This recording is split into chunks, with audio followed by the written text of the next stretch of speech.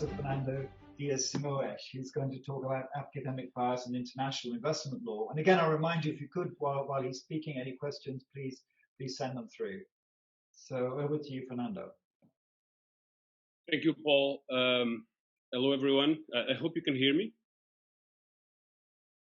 You can hear? Yeah, because the connection. Yes, fine. Okay, excellent. So thank you so much. My presentation will probably sound a bit off topic. I hope not, but let's see. Let me know by the end. I want to follow up on what my colleague Paul Mitchell said about professionalism. I like the way you put it, professionalism in the sense of behaving as a professional should. And also following up on the previous presentation, I believe that it is important to reflect about ourselves. That is to question the way we conduct teaching and the way we conduct research.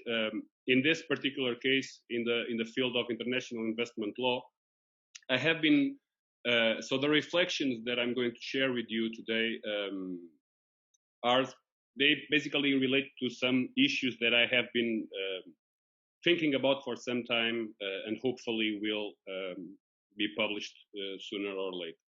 So essentially what I want to do today is to reflect about bias, ideology, and professionalism in a broad sense in legal education. And I will be focusing on international investment law, which is my main field of research, but it is also an incredibly dynamic and controversial branch of international law. In my capacity as Deputy Program Director of the LLM in International Economic Law at CUHK, I know that many students choose this field because it offers hopefully rewarding career opportunities in a variety of professional pathways. They also know, on the other hand, that it is extremely competitive. What I have been doing over the past is to reflect about the sociology of this field. So this is a field that is populated by individuals with different professional backgrounds, and there is a very high degree of role reversibility. So one day they may act in one capacity, and the next day they may engage in a case in a different capacity, as I will discuss in a moment. So since I'm a big fan of interdisciplinary research, I have been studying some issues related to the sociology of investment law. So all of these different actors that populate the field, from governments to investors, to arbitrators, to legal counsel, judges, and so on. What I want to discuss today, or to reflect out loud, is about scholars and how scholars are also important actors in this field. So what I'm going to discuss are some of the professional dilemmas or even professional temptations that may arise when we are teaching, researching, or even supervising students in this field of law. For those who are not familiar with international investment law, it is essentially a field of public international law that regulates, that seeks to promote through legal treaties foreign investment. That's in a nutshell what it does. However, over the last decades, it has been facing heavy criticism, especially one of its features, which is investor-state arbitration. So the fact that foreign investors can sue states before an international tribunal for the breach of international standards, of, for instance, for an alleged expropriation of a foreign investment. I come from the field of international dispute settlement, and so my main focus of research is one of the key sources of concern in this area, which is the selection and appointment of arbitrators, and the approach to sociology of law. Differently from judges that we are all very familiar with at the national and international level, arbitrators are not tenured. So they are private individuals that operate and offer their services in a market for legal services. And they have to compete in that market to attract cases, to receive cases. This is, of course, according to some, a major issue because this market for legal services is structured in a way that some believe creates perverse financial incentives. Just to summarize, for instance, arbitrators may feel tempted to please the party that appointed them. And frequently, arbitrators who are appointed by one of the parties are portrayed as hired guns. They are basically advocating the case of the party appointed them. Others may try to split the baby in the hope of pleasing both parties. So the idea and much of the criticism relates to the fact that this market for international awards that will be enforced as if they were a judicial decision, it may affect the selection and reappointment of arbitrators, but it may also influence their decision-making process. So this has been a hot topic for over 10 years, and that's why, as we speak, the United Nations Commission on International Trade Law is discussing the reform of investor-state arbitration. So this is just to provide the background for some of the issues that I've been dealing with. What's the relevance for scholars?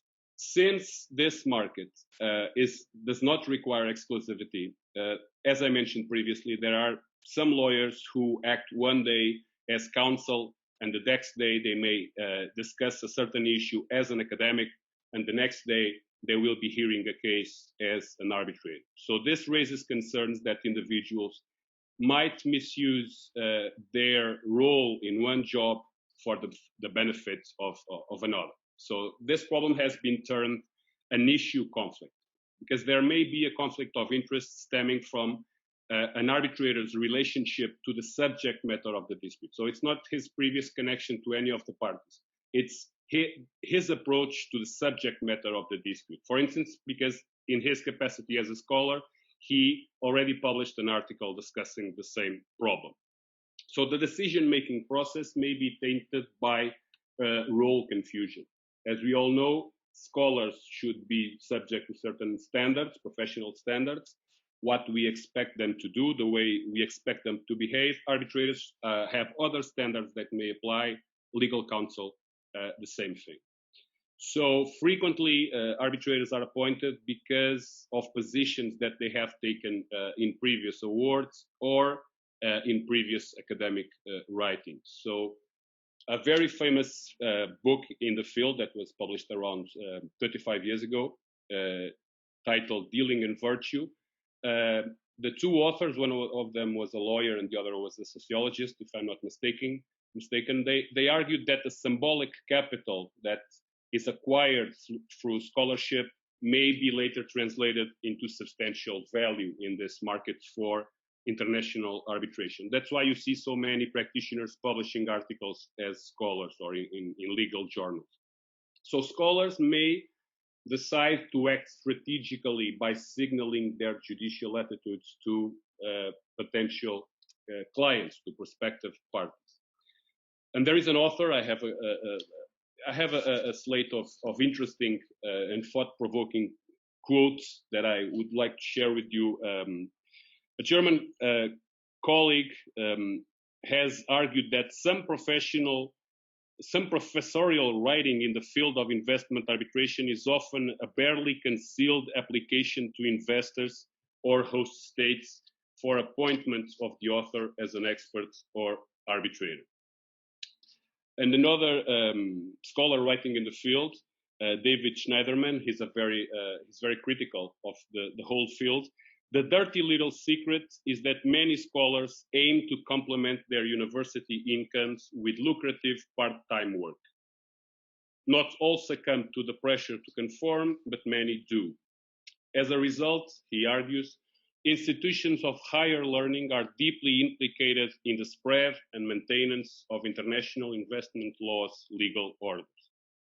So, end of quote. So what some of these authors believe is that from this perspective, very critical of the whole field, investment law scholars, investment law academics, end up working as norm entrepreneurs who will spread the neoliberal creed. If you read, for instance, the works of a very influential scholar from Singapore, Professor Sornayaja, he states, and I quote, "Armies of young PhD students will write theses without questioning the validity of the principle of legitimate expectations," which is one of the most important standards in this field. "It is symbolic of the malaise in legal academia that no young scholar has dared to question the basis of the doctrine. How does a young scholar invest years of her life in a project to substantiate an assumption whose base is not tested out? How does a doctoral supervisor fulfill his fiduciary function towards such a person writing on an area that is based on fraudulent assumptions? Academia has been caught up in this world of fraud subverted by simple greed." End of quotation. So as you can see, there are some scholars, and I'm talking about scholars, not outsiders, who criticize at least a part of the scholars working in this field by accusing them of spreading neoliberal ideology and potentially influencing the evolution of the field by creating the new generation or training the new generation of lawyers who will keep resonating the same ideology. Another source of concern is the intermingling of the study and the practice of investment law. Many scholars, many of the authors who are publishing articles on investment law also make money as arbitrators.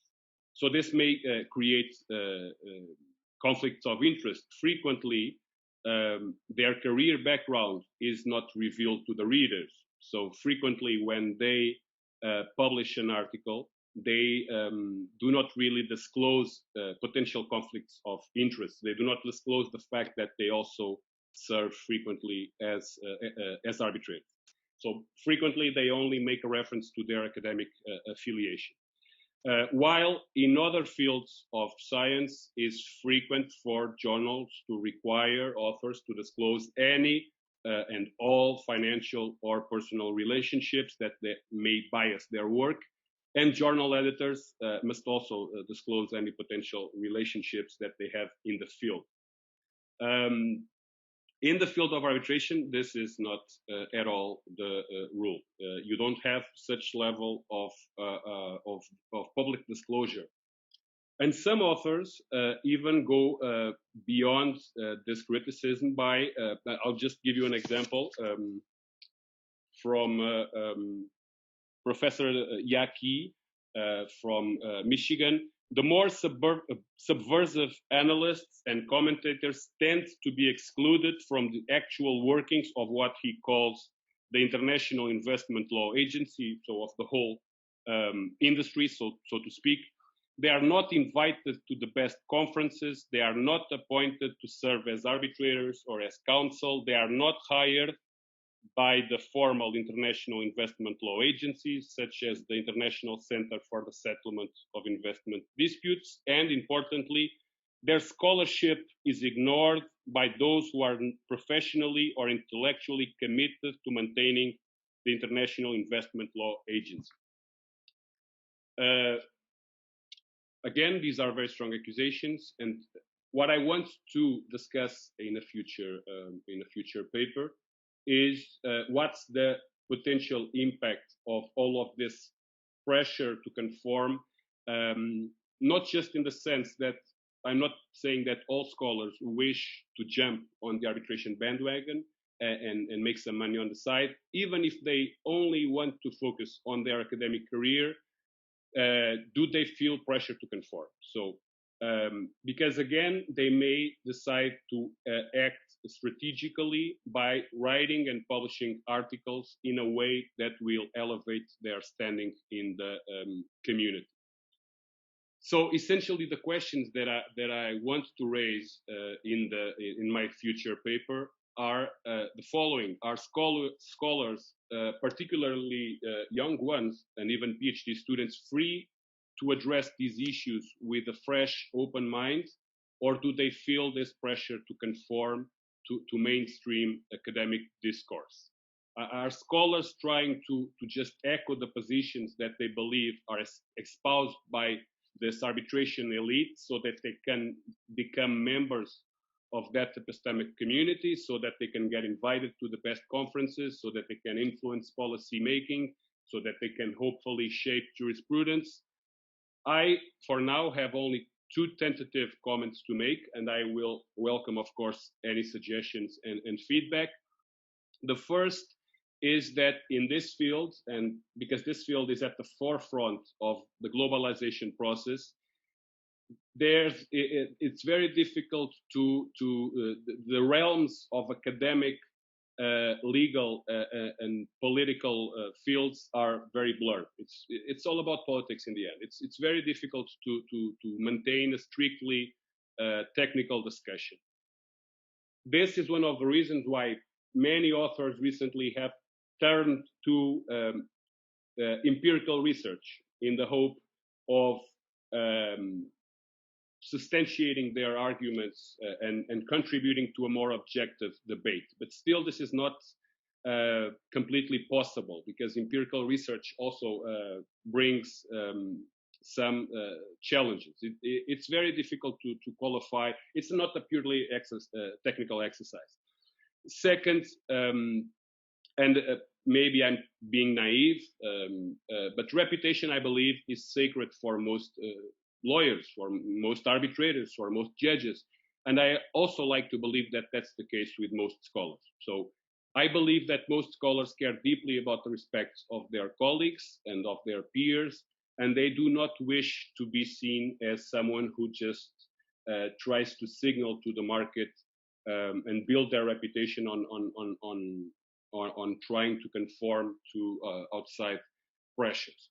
So what I wish to do in this, and again, this is just a work in progress, what I wish to do in a future paper is to discuss two concepts that have been examined when it comes to arbitrated, which are the concepts of impartiality and independence. And I want to reflect about how scholars are also subject to market incentives, to market pressure, especially the younger ones. And hopefully, for instance, also discuss and question what's our role as PhD supervisors. Even when we are in the classroom, when we are discussing a certain principle, are we being biased?